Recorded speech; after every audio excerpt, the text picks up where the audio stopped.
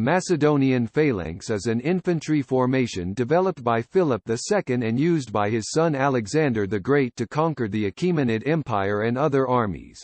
Phalanxes remained dominant on battlefields throughout the Ancient Macedonian Period, although wars had developed into more protracted operations generally involving sieges and naval combat as much as pitched battles, until they were ultimately displaced by the Roman legions. Development in 359 BC, following the Macedonian defeat from the Illyrians, which killed the majority of Macedonia's army and the current King Perdiccas III. Perdiccas' brother Philip II took the throne. Philip II was a hostage in Thebes for much of his youth, 367 to 360, where he witnessed the combat tactics of the general Epaminondas, which then influenced his restructuring of the infantry. Philip's military reforms were a new approach to the current hoplite warfare which focused on their shield, the hoplon. His focus was on a new weapon, the sarissa. The first phalanx was a 10 by 10 square with very few experienced troops. The phalanx was later changed to a 16 by 16 formation, and while the date for this change is still unknown, it occurred before 331 under Philip's rule. Philip called the soldiers in the phalanx pezhetairoi, meaning foot companions, bolstering the importance of the phalanx to the king. Philip also increased the amount of training required for the infantry and introduced regulations on military behaviour. During Alexander's campaign, the phalanx remained more or less the same, with the notable difference being more non-Macedonian soldiers among the ranks. Equipment: each phalangite carried as his primary weapon a sarissa, a double-pointed pike over 6 meters (18 feet) in length, weighing about 6.6 kilograms (14.5 pounds). The sarissae were carried in two pieces before a battle and then slid together when they were being used. At close range such large weapons were of little use, but an intact phalanx could easily keep its enemies at a distance. The weapons of the first 5 rows of men all projected beyond the front of the formation, so that there were more spear points than available targets at any given time. Men in rows behind the initial 5 angled their spears at a 45-degree angle in an attempt to ward off arrows or other projectiles. The secondary weapon was a short sword called a xiphos. The phalangites also had a smaller and flatter shield than that of the Greek hoplon, measuring about 24 inches and weighing about 12 pounds.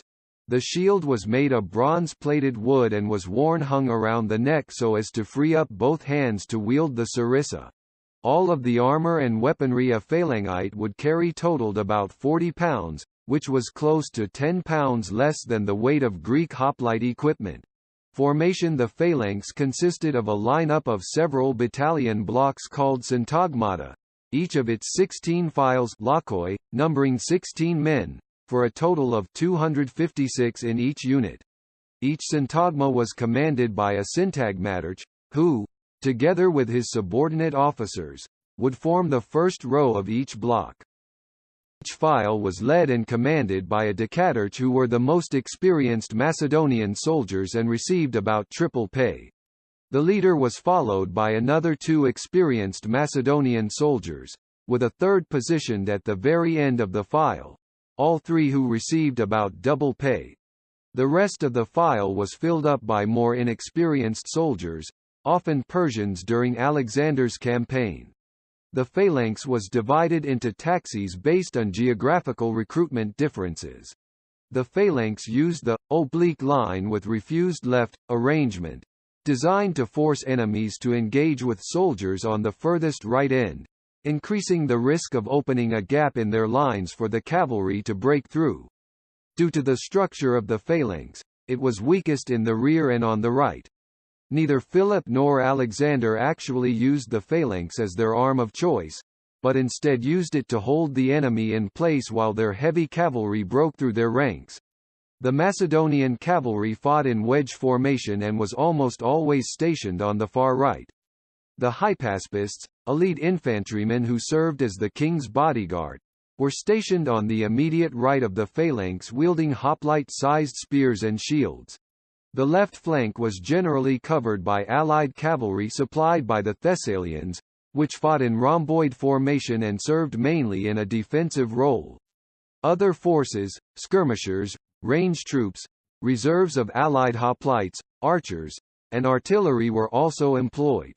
Its use, however, was reintroduced in Byzantium. The Byzantine scoutados, heavily armed infantry, carried very long spears of 3, 5, 4 meters long and trained for battle like the ancient Macedonians. The Byzantines reintroduced the formation in the experimental mixed phalanx of stratiotes, peltas and archers, which Alexander the Great had thought to use, inspired by his Gospel, the Iliad. In the Iliad, Homer regularly presents sections of heavy infantry supported by fire of light infantry. Rushing from there, the Persians developed the sparabara formations. From there, Alexander thought of creating an experimental phalanx. Each regiment of 256 men of Alexander's experimental phalanx was placed at a depth of 16 scales, of which the men of the first 3 were armed with sarissas, the men of the next with bows and those of the last again with sarissas. The standard Byzantine phalanx had adopted the Hellenistic system of combat called the chiliarchy that was generally made up of 650 scutatoi and 350 toxotai.